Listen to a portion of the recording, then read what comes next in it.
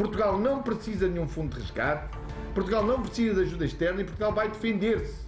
Gostaria de comunicar aos portugueses que o Governo decidiu hoje mesmo dirigir à Comissão Europeia um pedido de assistência financeira. Foram meses para o Governo deixar de dizer que Portugal não precisava da ajuda da Europa nem do FMI, porque precisou.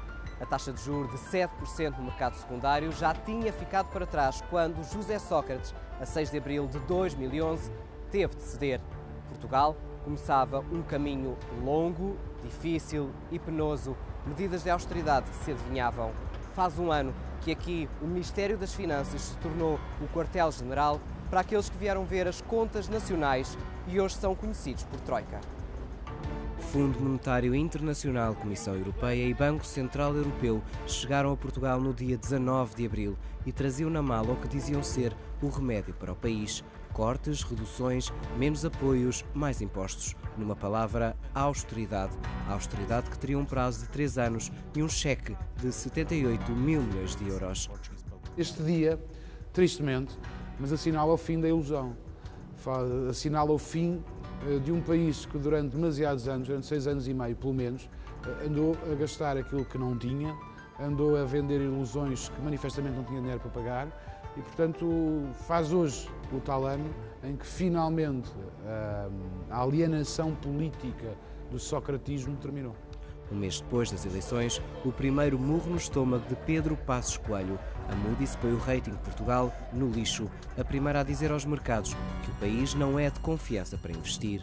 Depois veio o primeiro corte inesperado. Parte do subsídio de Natal ia para o Estado. Um momento que eu penso que marcou a forma como este governo entrou em funções foi decidir, em agosto do ano passado, ainda sem ter conhecimento concreto da realidade da economia portuguesa, que o governo decidiu ir ao bolso dos portugueses, retirando-lhe metade do subsídio de Natal. Passa julho, chegamos a agosto, o primeiro exame da missão internacional. Nova conferência de imprensa, quem manda é quem paga e Vítor Gaspar ficou com o papel de anunciar ao país que o gás vai ficar mais caro, mais cedo, com o aumento do IVA em outubro. Nas ruas já se ouviam gritos, jovens, adultos, polícias e desempregados. Faltava conhecer o Orçamento do Estado, o documento que punha preto no branco a austeridade para 2012. Mais austeridade. Ainda todos se lembravam do que não ia acontecer com o memorando de entendimento, mas nessa altura era José Sócrates a liderar o governo. Agora era diferente.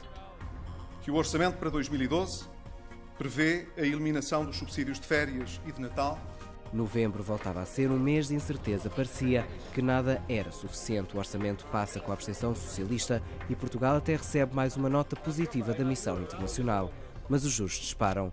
Porquê? A Grécia e a crise europeia. A Fitch torna-se a segunda a descer a notação portuguesa para lixo. Crescem rumores de dificuldades em Espanha, Berlusconi sai para a Itália não cair e a Grécia, essa Grécia, continua a não convencer. Precisa de mais dinheiro e desta vez os privados vão ter de negociar parte da dívida. O governo helénico ameaça levar as medidas a referendo, o governo helénico sai, o pânico está instaurado nos mercados secundários. Portugal vai ter de refazer as contas e começa a fazer-se o orçamento retificativo. Mais dinheiro para as dívidas, mais dinheiro para a Madeira. Existe um buraco superior a 5 mil milhões de euros para pagar.